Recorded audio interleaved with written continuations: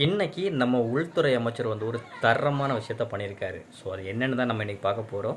வாங்க வீடியோக்குள்ள போகலாம். இன்னைக்கு தாக்கல் பண்ண மசோதா மட்டும் நம்ம மக்களவையிலையும் நம்ம மாநிலங்களவையிலையும் வந்து நிறைவேறுச்சுன்னா கண்டிப்பாக எல்லா அரசியல்வாதிக்கும் ஒரு பயம் இருக்கத்தாங்க செய்யும். ஏன்னா அப்படிப்பட்ட சம்பவத்தை தான் இன்னைக்கு நம்ம உள்துறை அமைச்சர் அமித்ஷா பண்ணியிருக்காரு. மசோதா 5 வருஷத்துக்கு மேலே தண்டனைக்குரிய ஒரு குற்றமாக இருந்து அதில் 30 நாள் வரைக்கும் சிறைச்சாலையில் இருக்கிற எந்த அமைச்சராக இருந்தாலும், முதலமைச்சர், அமைச்சர், ஏங்க நம்ம பிரதமராக இருந்தாலும் சரிதாங்க, அவரை அந்த பதவியிலேருந்து நீக்கிறதுக்கான ஒரு மிகப்பெரிய சட்டத்தை தான் இன்றைக்கி வந்து நம்ம மாநிலங்களவையில் தாக்கல் செய்யப்பட்டிருக்கு. இந்த மசோதாவை எந்த எதிர்க்கட்சியுமே இதுவரைக்கும் ஒத்துக்கொள்ளலை. எல்லாருமே ஆப்போசிட் தான் பண்ணியிருக்காங்க. ஆனால் இதை பாரதிய ஜனதா கட்சி பண்ணியிருக்குன்னா உண்மையிலே பாராட்டக்கூடியதாங்க.